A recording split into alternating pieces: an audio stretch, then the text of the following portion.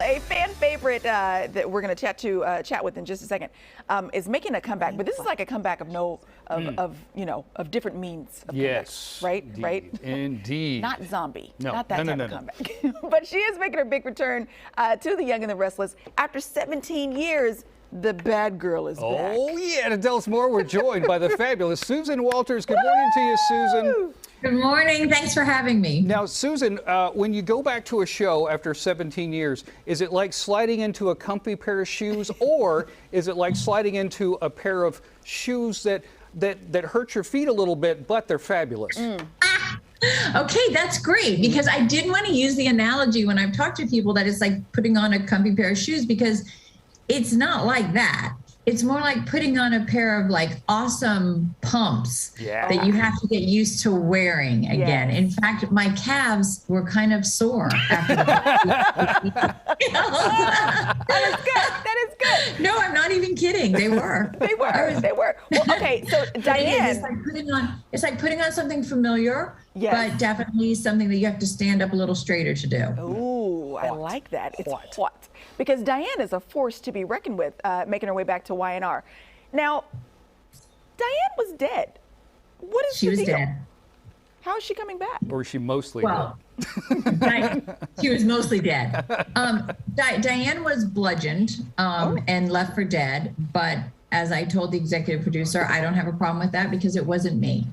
It was a different actor playing Diane. So me, Susan, never got bludgeoned, so I have no problems trying to dig myself out of that hole, which I've done for the last 6 weeks.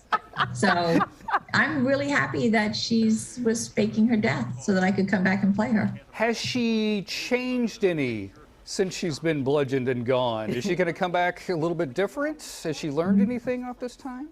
Yes. I think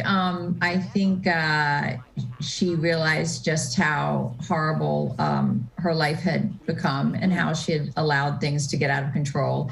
And look, we haven't all been bludgeoned in the head and haven't all abandoned, our child after escaping town. However, I think it is universal that sometimes you kind of go down the wrong path or you make mistakes in life, and then you have to try to fight your way back to it, which is kind of what I'm using, and all the situations that they're putting me in real life, you might be scared of doing it, but Diane's very driven because she wants to have a relationship with her son, and she does want to make amends to people.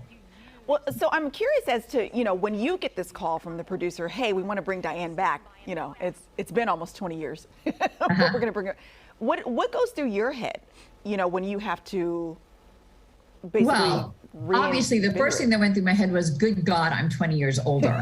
I hope that's okay. Like, nobody can expect you to look like you did 20 years ago, but I don't know, maybe in our society people do. It was a great phone call. It was the right time in my life to go back to this medium, and what an exciting thing for people my age to have such rich stories to tell.